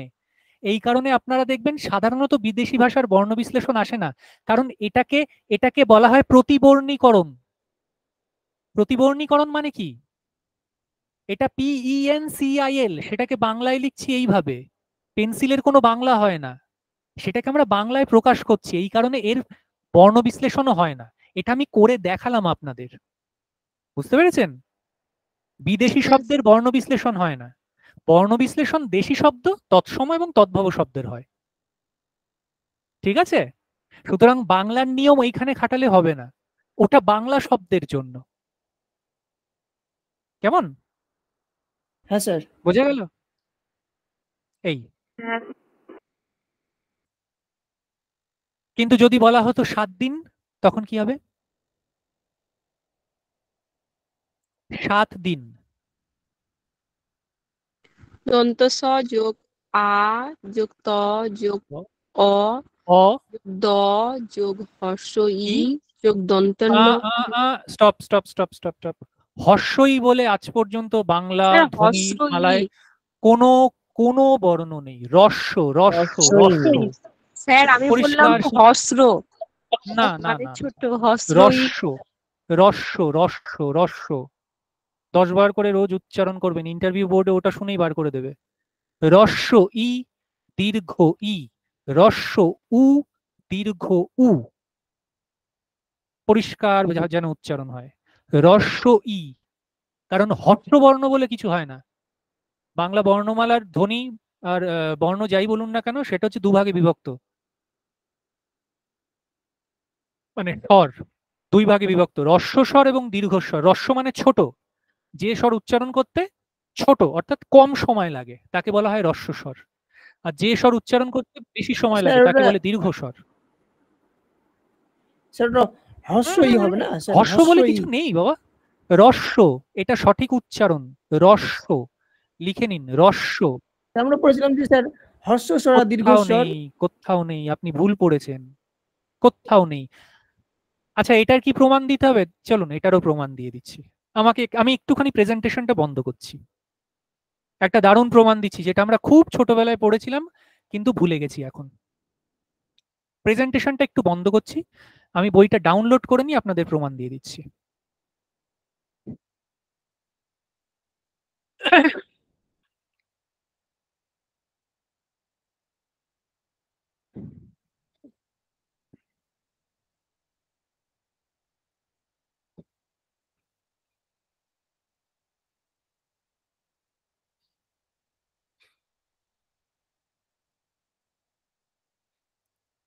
বেশ মজা লাগবে প্রমাণটা দেখলে, এবং দেখবেন যে আমরা কত বেসিক জিনিস ভুল করেছি, এখনো পর্যন্ত ভুল করে যাচ্ছি।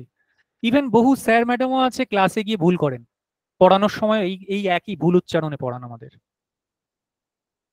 অথচ এই জিনিস আমাদের একদম প্রথমে শেখানো উচিত ছিল। এটা ইন্টারভিউ বোর্ডে গিয়ে সমস্যা হয়ে যাবে, কিন্তু এখন আর কোনো সমস্যা নেই। আপনারা যখন চলে এসেছেন আমাদের ক্লাসে, ও না শেখা পর্যন্ত ছাড়বো না।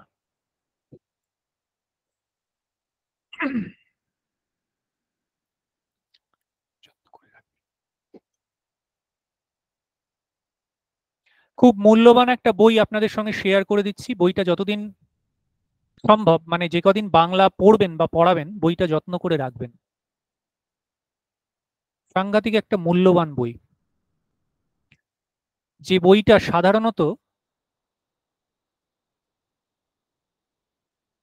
আমরা পড়ি না। স্যার বলছি যে বইটা তো আমার কাছে আমি পাচ্ছি না বইটা। দাঁড়ান, মানে আমি ওই গ্রুপে নেই। স্যার বইটার নামটা কি বলুন, আমিও ওই গ্রুপে সাংঘাতিক নেই। নাম। চেনেন বইটা? চেনা আছে? হ্যাঁ হ্যাঁ স্যার। হ্যাঁ স্যার। আচ্ছা হ্যাঁ স্যার। দেখি তো আমি যেটা বললাম সেটা আপনাদের ভুল শেখালাম কিনা।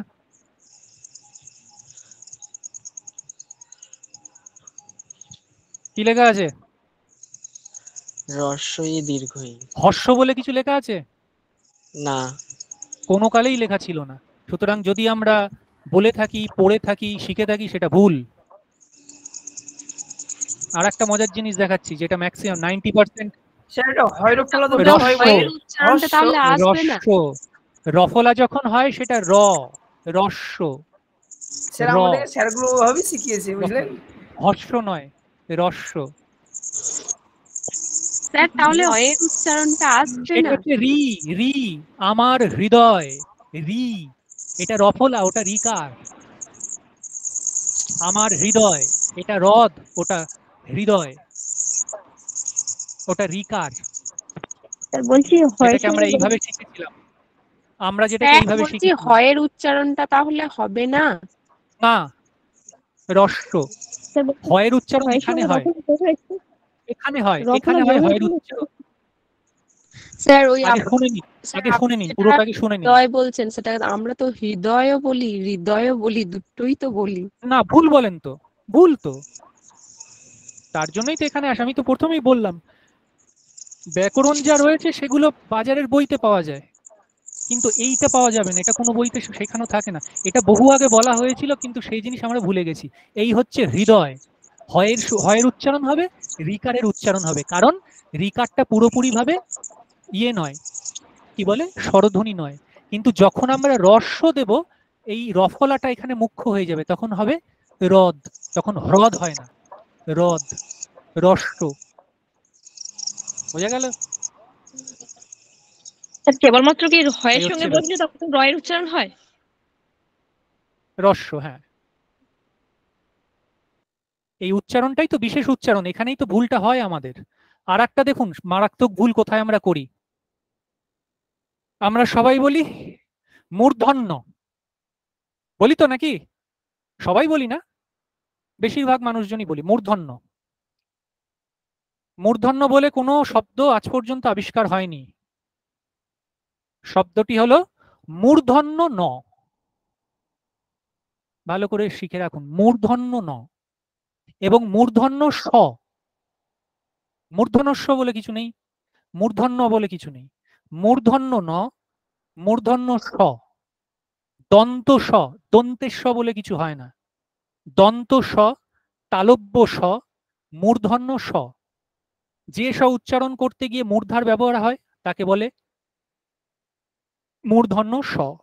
যে স উচ্চারণ করতে গিয়ে দাঁতের ব্যবহার হয় তাকে বলে দন্ত স। যে স উচ্চারণ করতে গিয়ে তালুর ব্যবহার হয়, অর্থাৎ জীব তালুকে স্পর্শ করে, তাকে বলে তালব্য স। তালিবস্ব নামে কিছু নেই, কোনো কালেই ছিল না। দন্তেস্ব বলে কিছু নেই, কোনো কালেই ছিল না। মূর্ধন্যস্ব বলে কিছু নেই, কোনো কালেই ছিল না। যেটা ছিল, আছে এবং থাকবে সেটা হলো তালব্য স, মূর্ধন্য স, দন্ত স। ক্লিয়ার? ক্লিয়ার? হ্যাঁ স্যার।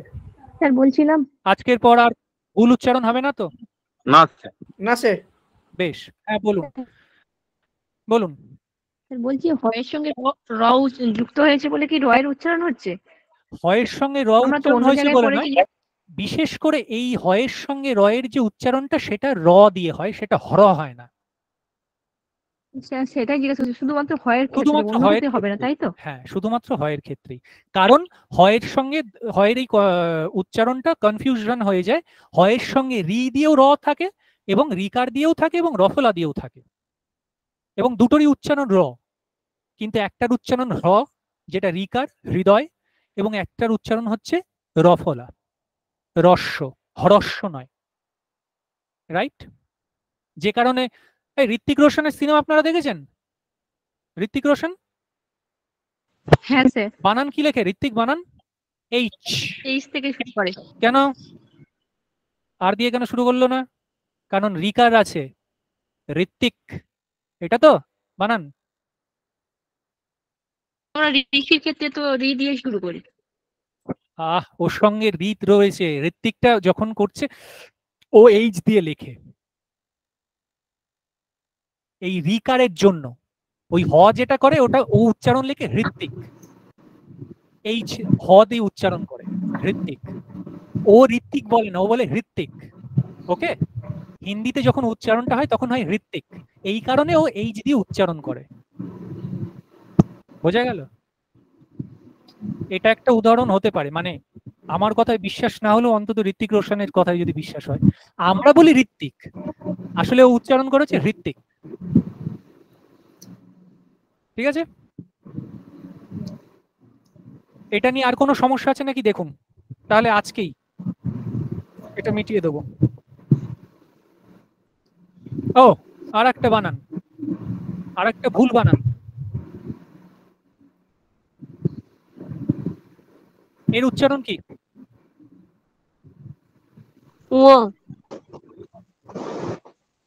বাকিরা এই যে ভালো করে দেখুন, এর উচ্চারণটা ভালো করে দেখুন, যারা জানেন না তারা দেখে নিন।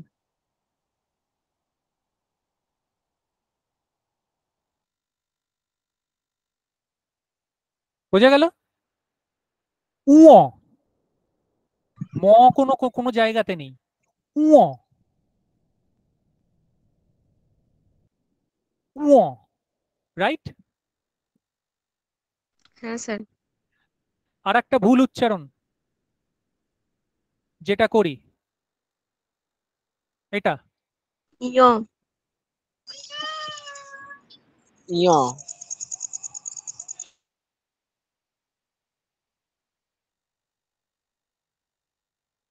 আশা করছি আজকের পর এই উচ্চারণগুলো আর সেটা বুঝতে পারলাম না উচ্চারণটা হবে না। ইয়, কিয় কিয় এটা দেখুন, এটা দেখুন, ইয় এইটার সঙ্গে মিলিয়েই লিখেছে কিয়। অন্তত সহজ পাঠের প্রথম বাক্যটা যদি খুব ভালোভাবে পড়া থাকে তাহলে বাংলা উচ্চারণে ভুল হয় না, অন্তত বর্ণের যে উচ্চারণগুলো আছে সেগুলোতে ভুল হয় না,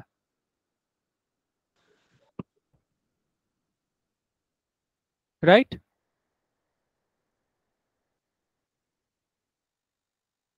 এই গেল আমাদের সংসারের টুকিটাকি।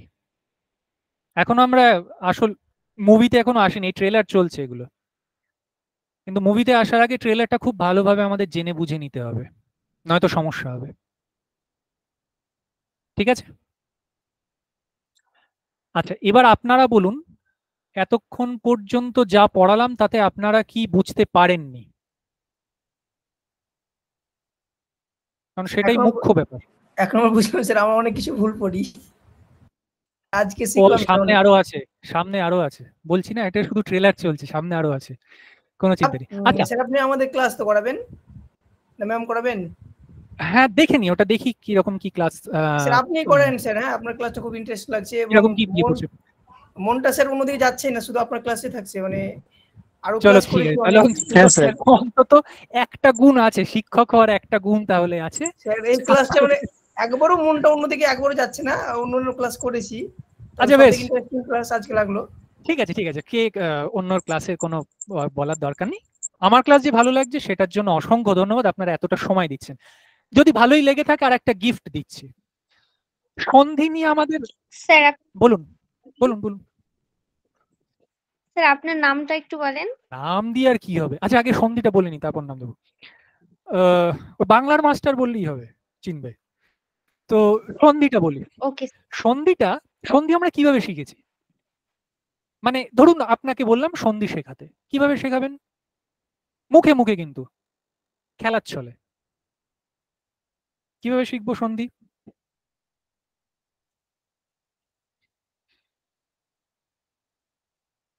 এভাবেই তো শিখতে হবে, নয়তো ছাত্রদের শেখাবেন কি করে? এভাবেই শিখতে হবে। জানা নেই, কোনো অসুবিধা নেই, আমরা শেয়ার করে নিচ্ছি, আমি শেয়ার করছি। 3টি সূত্র, বা কিরকম 3টি সূত্র কিরকম বলুন। স্যার আপনি মনে পড়াতে বলেছিলেন 3টে সূত্রের কথা, সেটা মনে পড়ালো। ও না না, এখনো খেলা শেষ হয়নি, পিকচার আমি বাকি মেরে দোস্ত, এখন একটু বাকি আছে। সন্ধিটাকে বলেনি, একটা কিছু তো শিখিয়ে দিই পুরো, যাতে সারা জীবন যাতে মনে থাকে সন্ধিটা। বলুন, একদিনেই হয়ে যাবে সন্ধির ক্লাস, এর জন্য বারবার করতে হবে না। সন্ধিটা মুখে মুখে কিভাবে করব? 3টে সূত্র, আচ্ছা 3টে সূত্র তো না, দেখুন সন্ধিতে আমরা কি দেখেছি, এটা দেখুন, অ প্লাস অ ইজ ইকুয়াল টু কি? আ। রস্বই প্লাস রস্বই ইজ ইকুয়াল টু দীর্ঘই। রস্বই প্লাস রস্বই ইজ ইকুয়াল টু দীর্ঘ। দীর্ঘ, ঠিক আছে। আর কি আছে? ও আছে। আর কি আছে? ও আছে। আর কি আছে? অব আছে। আর কি আছে? আছে। আব আছে। আর কি আছে? অর আছে। আর কি আছে? আর আছে।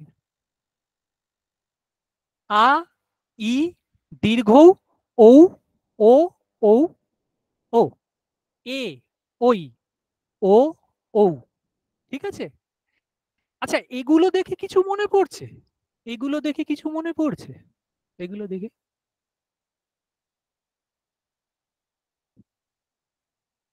থাক, মাথার উপর চাপ দিতে হবে না, ইতিমধ্যে 2টো ক্লাস চলছে, আমি দিয়ে দিচ্ছি। একদম হালকাভাবে বোঝার চেষ্টা করুন। স্বরসন্ধি, বিশেষ করে স্বরসন্ধি মানেই হলো সন্ধি শেষে কি বেরোবে? দীর্ঘস্বর বেরোবে। স্বরসন্ধি মানে দীর্ঘস্বর, আ থেকে নিয়ে ও পর্যন্ত। আপনারা বই খুলে দেখে নিন, যার বই খুশি দেখে নিন, স্বরসন্ধি আলটিমেটলি দীর্ঘস্বর বেরোবে। তাহলে যদি আমাদের বলে সন্ধি, হিমালয়ের সন্ধি বের করো, হিমালয়, হিমালয়ের সন্ধি বের করো, আমরা কি করব? কিভাবে সন্ধি করব? না, কিভাবে করব? না, হিমযুক্ত আলয় করব না, হিমযুক্ত আলয় করব না, এটা হচ্ছে ওল্ড স্কুল থিওরি। আমাদের কনসেপ্ট দরকার, আমরা সরাসরি ময়াকারকে এনকাউন্টার করব, কারণ আমাদের সন্ধিতে কি বলেছি আমরা? দীর্ঘস্বর। দীর্ঘস্বর, দীর্ঘস্বরটাকে আলাদা করে দিন, ব্যাস হয়ে গেল সন্ধি। আমি জানি না, আমি ব্যাকরণ ক্লাসে প্রথমেই বলে দিই যে আমরা যখন ব্যাকরণ ক্লাস করব, যার সঙ্গে ব্যাকরণের কোনো সম্পর্ক নেই দূর দূরান্ত পর্যন্ত, সেও এখান থেকে শিখে যাবে। আমাদের ক্লাস করার জন্য ব্যাকরণ জানার দরকার নেই, দেখে শিখবো আমরা। এই হিমালয় মানে কি আমি জানি না, আমি শুধু এইটুকুনি জানি, স্যার আমাদের এইটুকুনি বলে দিয়েছে স্বরসন্ধি মানেই হচ্ছে দীর্ঘস্বর। তাহলে হিমালয়ের মধ্যে দীর্ঘস্বর কি আছে? আ আছে। তার মানে আটাকেই শুধু আলাদা করতে হবে, আর কিচ্ছু আলাদা করতে হবে না। আপনি শুধু সাইডে লিখে দিন আলয়, আলয় মানে কি জানার দরকার নেই, হিম আপনা আপনি আলাদা হয়ে যাবে। বোঝা গেল? সন্ধির ক্লাস শেষ। হ্যাঁ স্যার। সন্ধির ক্লাস শেষ। যেটা আপনাদের পড়তে হবে সেটা হচ্ছে 4টে জিনিস আছে, যেটাকে বলা হয় গুণ এবং বৃদ্ধি। অব অর হলো গুণ, আব আর হলো বৃদ্ধি, ব্যাস। গুণ এবং বৃদ্ধি, দীর্ঘস্বর, গুণ আর বৃদ্ধি, এই নিয়েই আমাদের সন্ধি, স্বরসন্ধি কমপ্লিট। স্বরসন্ধি কমপ্লিট। তাহলে আজকের পর থেকে যে কোনো শব্দ, বাংলা শব্দ ভান্ডারে বা আমাদের এই ডিকশনারির মধ্যে কমপক্ষে 10,000 করে শব্দ থাকে, যেগুলো সন্ধিবদ্ধ শব্দ, যদি কোনো শব্দ দেয়, শব্দ নিয়ে মাথা ঘামাবেন না। ওই কোনটাকে আলাদা করব, যোগ চিহ্ন বসাবো না বিয়োগ চিহ্ন বসাবো, কিচ্ছু করবো না। কি দেখবো? 7খানা দীর্ঘস্বর এবং 4টে গুণ বৃদ্ধি শব্দ এগুলো আছে নাকি? শব্দ কি দিয়েছে আমাদের জানা দরকার নেই, দীর্ঘাংশু দিক, ঘটোৎকচ দিক, যা খুশি তাই দিক। আমরা শুধু দেখবো কি দীর্ঘস্বর আছে নাকি আর অব আব আর আর আছে নাকি। এইগুলো যদি থাকে সেইটুকুনি জায়গা শুধু আলাদা করে দেবো, তাহলেই সন্ধি বিচ্ছেদ হয়ে যাবে। কোনো ডাউট?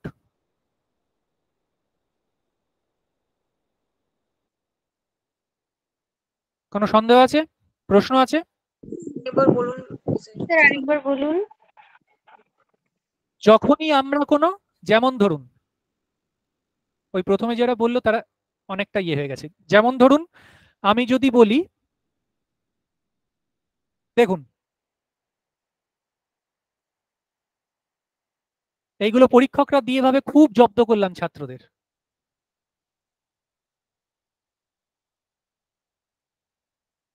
কিন্তু তারা তো জানে না যে গ্রামার অনেকভাবে শেখা যায়। কি বলেছি? 7টা দীর্ঘস্বর অথবা কি 7টা দীর্ঘস্বর অথবা কি অব আব অর আর, গুণ আর বৃদ্ধি। শুধু এইটুকুনিকে আলাদা করতে হবে। এখানে কি আছে? এখানে কি পাচ্ছি? এখানে দীর্ঘস্বর আছে স্যার। দীর্ঘস্বর আছে, ঠিক আছে, দীর্ঘস্বর আছে। আর কি আছে দেখুন তো? আর আছে উচ্চারণটা কি? শীত আর তো, আর আছে না? আর আর আর আছে না? ব্যাস, শুধু আটটাকে আলাদা করে দিন,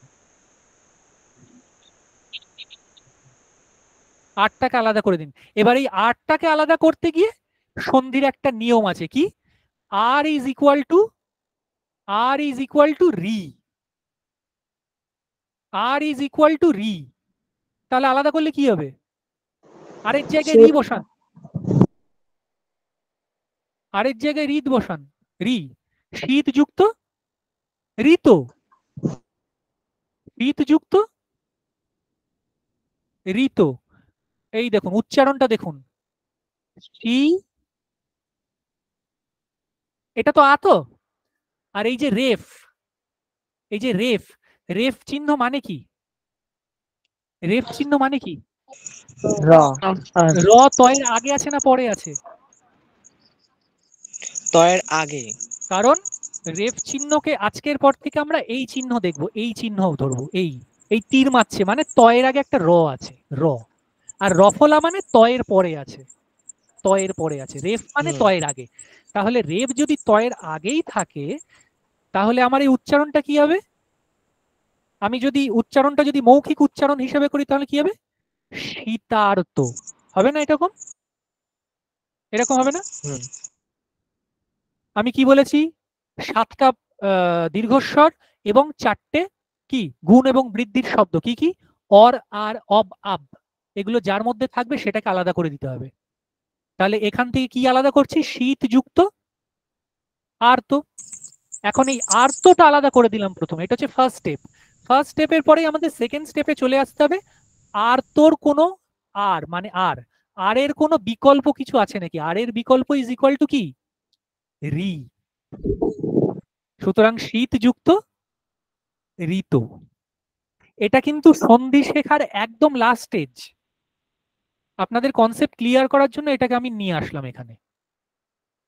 কারোর যদি কঠিন বলেও মনে হয় কোনো চিন্তা নেই, কারণ এইটা যখন আমরা পৌঁছবো তার আগে আমরা মুখে মুখে সন্ধি করা শিখে যাব।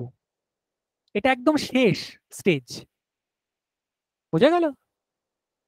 শীতার্ত। আর বলুন,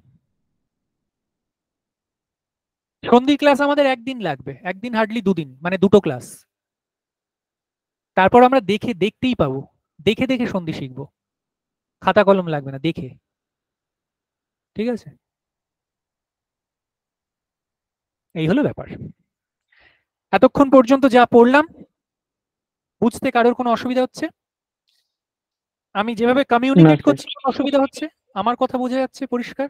না স্যার। হ্যাঁ স্যার বোঝা যাচ্ছে। চলো, 3টে সূত্র বলেছিলাম তাই তো? তাহলে আমরা ক্লাস এখানেই শেষ করছি, মানে অফিসিয়ালি ক্লাস এখানেই শেষ করে দিচ্ছি। 3টে সূত্র, 3টে মারাত্মক সূত্র, খুব সাংঘাতিক সূত্র, যে 3টে সূত্র জানলে মোটামুটি আর কিছু জানবার প্রয়োজন হয় না, ওই 3টে সূত্রতেই আমরা যে কোনো পরীক্ষা ক্র্যাক করতে পারি। ভালো করে বড় বড় করে লিখে রাখবেন পড়ার টেবিলের সামনে। সূত্র নাম্বার 1, সূত্র নাম্বার 2, সূত্র নাম্বার 3,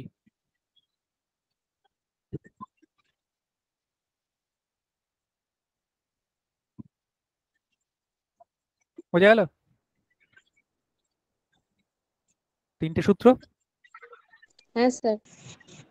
আমি ব্যাকরণে ফেল করতাম, দীর্ঘদিন পর্যন্ত ফেল করার অভিজ্ঞতা আছে, কারণ আপনাদের সঙ্গে আমাকে আরো বহুদিন থাকতে হবে, সুতরাং মিথ্যে কথা না বলাটাই ভালো। আমি ব্যাকরণে ফেল করতাম।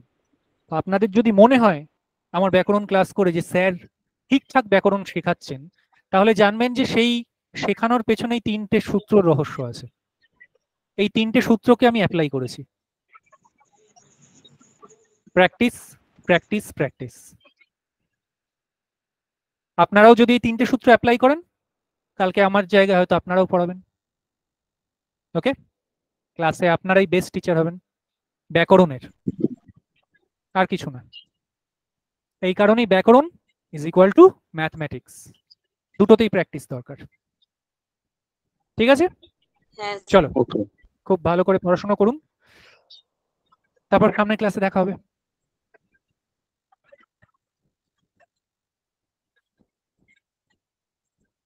হুম।